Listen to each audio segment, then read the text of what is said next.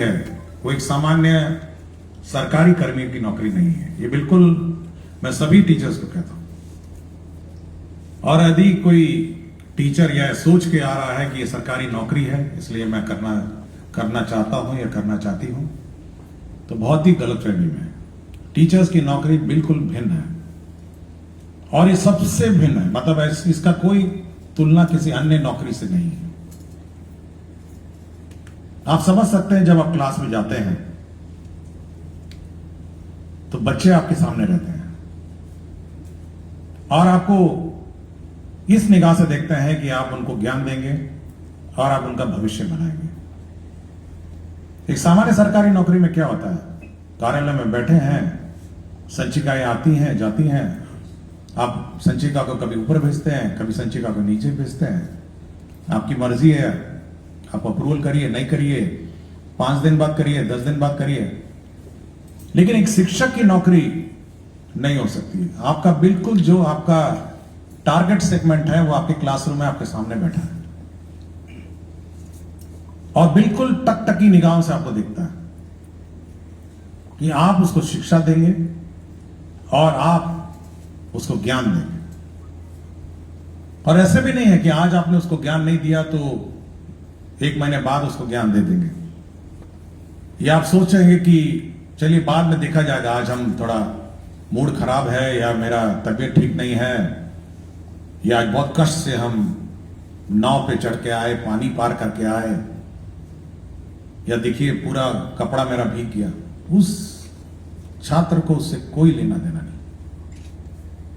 ये कष्ट आप डीओ को बोल सकते हैं, एसीएस को बोल सकते हैं, लेकिन जो आपके सामने जो कक्षा में बैठा छात्र छात्रा है उसको आपके कष्ट से कोई लेना देना नहीं।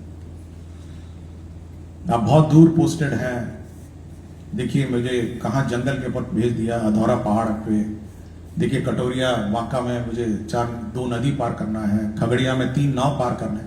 उस छात्र को कोई लेना देना नहीं है आपके कष्ट से। उसको केवल शिक्षा चाहिए और वो शिक्षा ग्रहण करने आपके यहां आया है।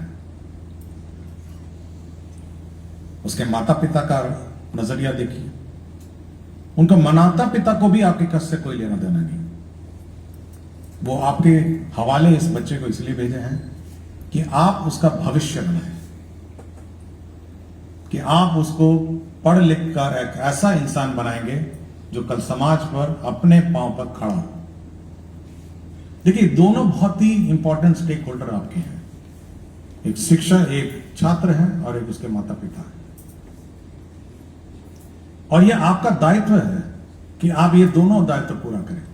आपका कष्ट का दायित्व सरकार, department, DEO, BEO, DPM, DO, जो नाम दीजिए, डीपीओ स्थापना है, जो उसका काम है उसका पूरा करना। ये उसकी एफिशिएंसी पर निर्भर करता है कि वो कितना आपका कष्ट हरण करे। लेकिन जो टारगेट सेगमेंट है मेन, जो आपका छात्र है, वह आप पर निर्भर करता है कि आप उसको कैसे पढ़ाएं। और अगर आप इस ड्यूटी में चूक जाते हैं, मान लिया आप गए, सुबह गए, हाजिरी लगाया, बायोमेट्रिक, ये पता नहीं कौन एसीएस आया हाजिरी लगवाता है रोज, हेडेक है बिल्कुल। कुछ लोगों को बोलते उसमें सुना है मैंने, रोज देखिए 6:30 बजे हाजिरी लग जाता है और चेक भी करता है, बताइए वीडियो कॉल करके। तो और उसके बाद गए अपना बगल में दुकान में बैठ गए, क्योंकि बहुत सारे लोकल टीचर हैं, दुकान भी हो गई उनकी सामान्य रूप से। कुछ लोग का खेती भी हो गया, कुछ लोग खेत में अपना धान कटवाने जाते हैं, कुछ भूख के आते हैं, लेबर वेबर लगा के आएंगे, शाम को आएंगे फिर हाजिरी लगा देंगे। तो अगर आपकी ये चूक हुई, मैं ये नहीं कह रहा कि जनरल परसेप्शन है मेरा, मैं एक 1% की बात करता हूं, ये 1% वाले हैं। मेरा अपना मानना है कि 99% टीचर्स बहुत डेडिकेटेड है। तो अगर आपकी चूक हुई तो आप समझ सकते हैं कि आपने कितना डैमेज किया। एक तो आपने उस छात्र का जीवन बर्बाद कर दिया, छात्र जब सच्ची में बर्बाद कर दिया। आपको उसको सिखाना था, आप नहीं सिखाया। वो क्लास 1 से क्लास 2 पहुंच जाएगा, फिर क्लास 3 पहुंच जाएगा, उसको चाहता ही नहीं, ना मैथ्स आता है, ना इंग्लिश आता है, ना कुछ आता है। सरकार ने आपको वेतन समय पे दे दिया, सरकार ने हाजिरी भी लगा दी, सब सरकार ने सब कुछ आपको दे दिया, लेकिन उस नन्ही सी जान की जिंदगी आपने बर्बाद कर दी। और बाद में जाके वो क्या बनेगा? वो जब